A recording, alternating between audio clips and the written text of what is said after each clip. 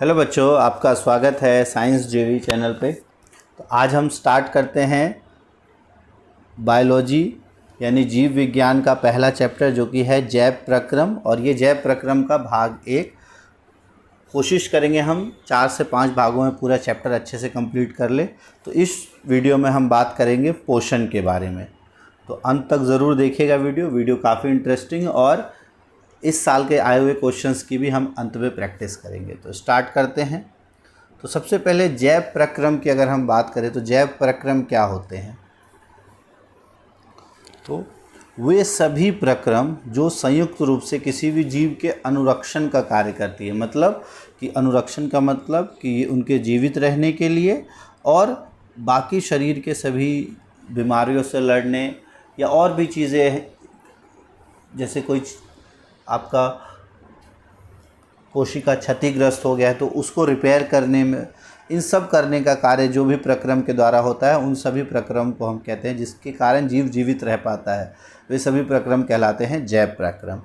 मुख्य रूप से अगर देखें तो 4 कैटेगरी होती है जैव प्रक्रम की, जो मनुष्य के जीवित रहने के लिए आवश्यक है। एक है पोषण, श्वसन, वहन और उत्सर्जन।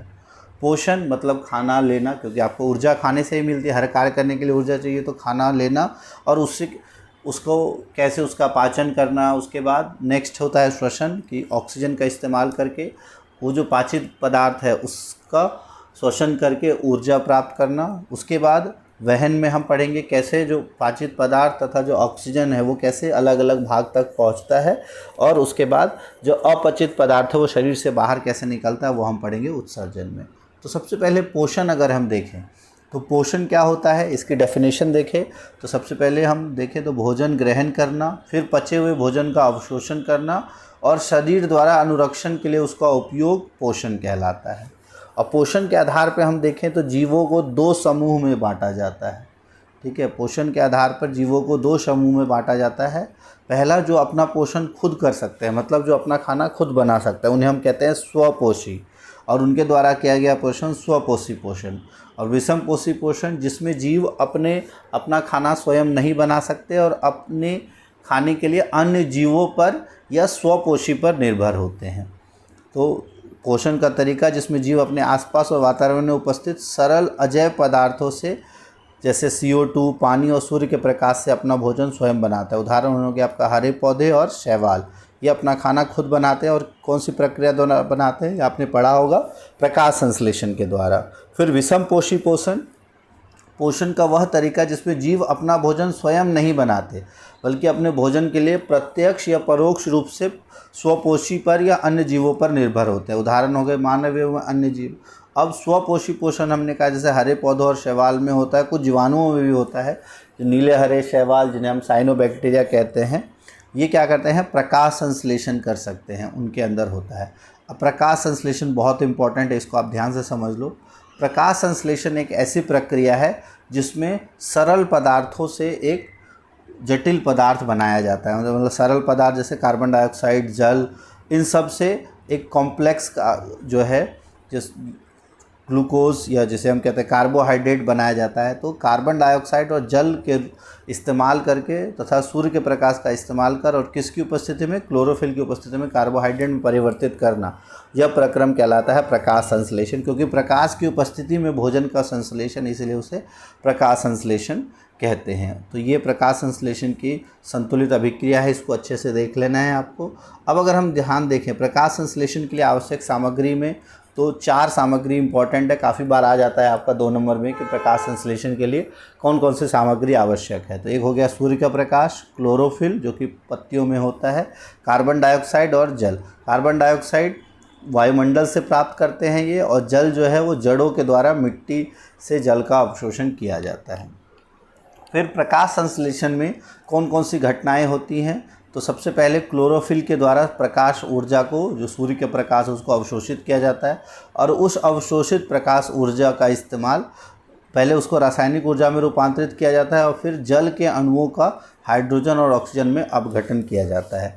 और हाइड्रोजन फिर इसके साथ कार्बन डाइऑक्साइड के साथ जुड़ के उसका अपचयन करके कार्बोहाइड्रेट में परिवर्तित कर देती है और ऑक्सीजन गैस बाहर निकल जाती है।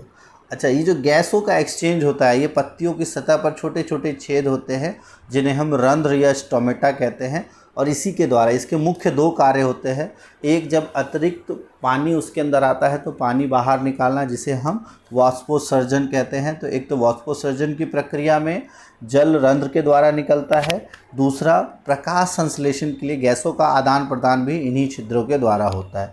अगर हम रंध्र देखें तो रंध्र इस तरीके का होता है आपका, इसे हम कहते हैं सहायक कोशिकाएं, जिसे हम सहायक कोशिकाएं। और यहाँ पर आपका होता है ये क्लोरोप्लास्ट, जो हरित लवक है जिसे हम क्लोरोप्लास्ट कहते हैं, ये इसका न्यूक्लियस है। और ये रंध्र छिद्र जिसे हम, और ये हो गया आपका द्वार कोशिकाएं। अब एक चीज़ आपको ध्यान रखना है कि ये द्वार कोशिकाओं में क्या होता है, पानी भर जाता है। और जब ये भर जाता है, पानी भरने के कारण द्वार कोशिकाएं फूल जाती हैं, और ये फूल जाता है, फूलने के कारण ये जो रंध्र का छिद्र है ये खुल जाता है। तो रंध्र का छिद्र खुलता क्यों है, द्वार कोशिका में जल आने के कारण। और जब इससे जल बाहर निकल जाता है तब ये सिकुड़ जाता है और रंध्र जो है बंद हो जाता है। और जैसे ही रंध्र खुलता है तो गैस का एक्सचेंज भी शुरू हो जाता है। तो रंध्र जो है पत्ती की सतह पर सूक्ष्म छिद्र श्वसन गैसों के विनिमय और वाष्पोत्सर्जन के लिए खुलते बंद होते हैं। और ये इसका खुलना और बंद किसके ऊपर निर्भर करता है, द्वार कोशिका के ऊपर। और द्वार कोशिका क्यों खुलती है, क्यों बंद होती है, तो जब पानी उसके अंदर आ जाता है तो वो फूल जाती है और खुल जाता है। जब द्वार कोशिका से पानी, जब स्टोमेटा से पानी बाहर निकल जाता है तो ये सिकुड़ जाती है, और द्वार कोशिका सिकुड़ने के कारण स्टोमेटा का जो रंध्र का जो छिद्र है वो बंद हो जाता है। तो ये इम्पॉर्टेंट है, आपको पता होना चाहिए ये। नेक्स्ट, अगर हम देखें विषम पोषी पोषण, तो विषम पोषी पोषण यानी हेटेरोट्रॉपिक न्यूट्रिशन, जिसमें जीव अपना भोजन स्वयं नहीं बनाता और दूसरों पर निर्भर होता है। तो इसमें 3 तरीके का होता है आपका।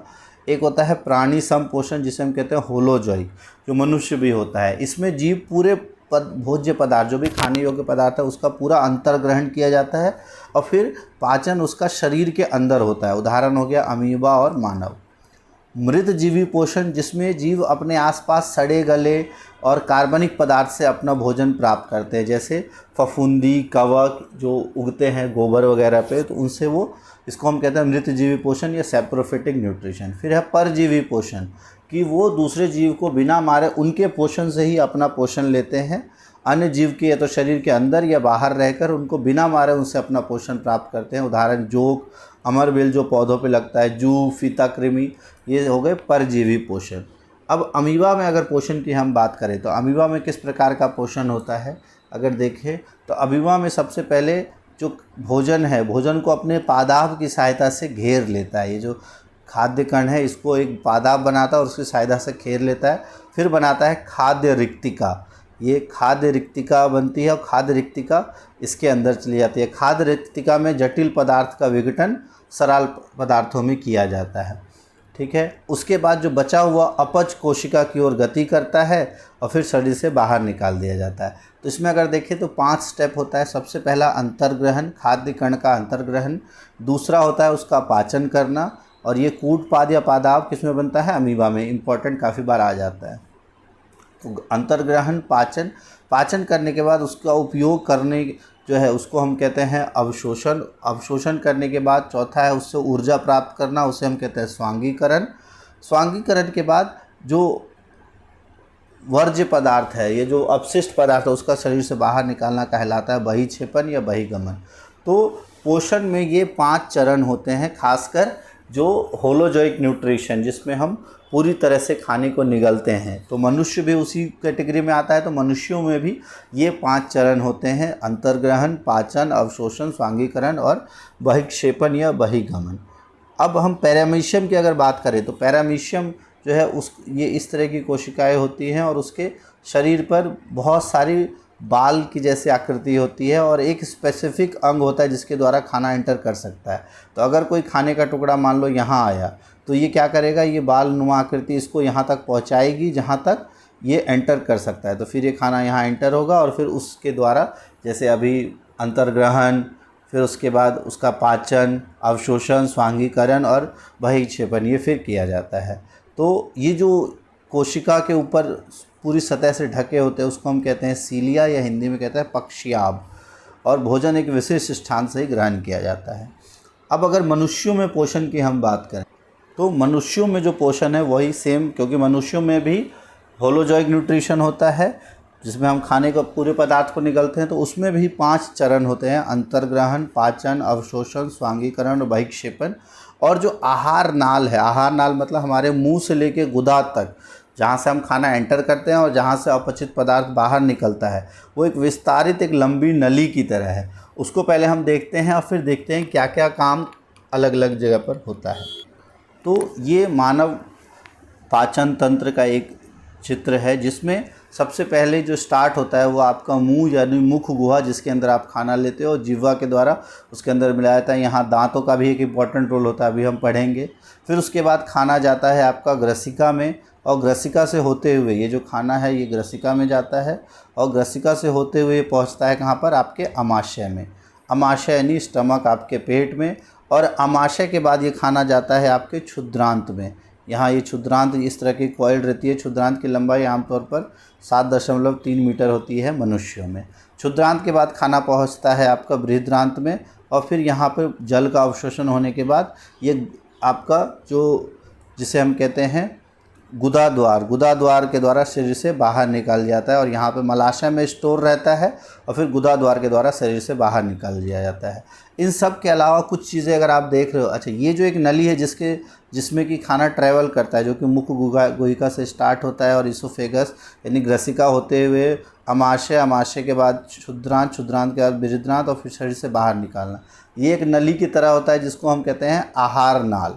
ठीक है, लेकिन आहार नाल में तो सिर्फ आपका खाना जो है वो ट्रैवल करता है। इन सब के अलावा कुछ ऐसे अंग हैं जो अपना रस इसमें स्रावित करते हैं। तो मुख के अंदर एक आपका अंतःस्रावी ग्रंथि होती है जिसे हम कहते हैं लाला ग्रंथि, या जिसे लार ग्रंथि भी कहा जाता है, जिसके द्वारा लार रस या लाला रस स्रावित होता है। उसके अंदर एक एंजाइम होता है। फिर आपका जो पित्ताशय है उसमें पित्त का भंडारण किया जाता है, और ये पित्ताशय कहाँ होता है, यकृत के अंदर।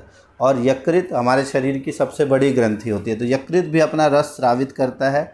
इसके अलावा जब ये क्षुद्रांत में एंटर कर रहा होता है उसी समय अग्न्याशय ये भी अपना रस स्रावित करता है।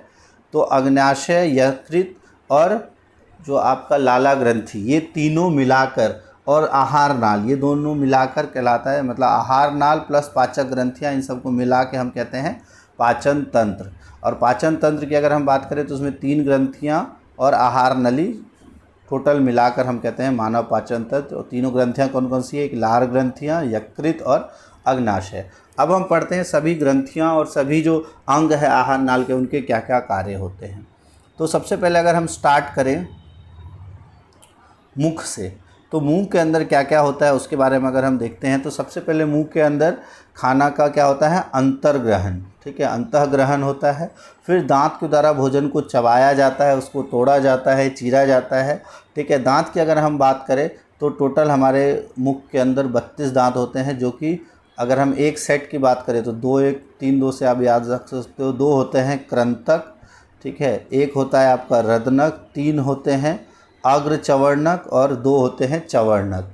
कृंतक जो आपके दांत जो काटने का काम करते हैं, रदनक जो चीरने फाड़ने का काम करते हैं, फिर उसके बाद अग्र चवर्णक जो आगे वाले दांत होते हैं चबाने वाले, और जो पीछे के 2 दांत होते हैं वो चबाने वाले। तो हर सेट में अगर आप देखो टोटल ऊपर 16 और नीचे 16 होता है, और फिर 2 पार्ट में डिवाइड कर दो तो इस तरफ 8 इस तरफ 8। तो ये 8 का कैलकुलेशन इस तरीके से होता है, 2 1 2 3 का। तो टोटल सबको 4 से मल्टीप्लाई कर दोगे तो उस तरह के दांत होते हैं।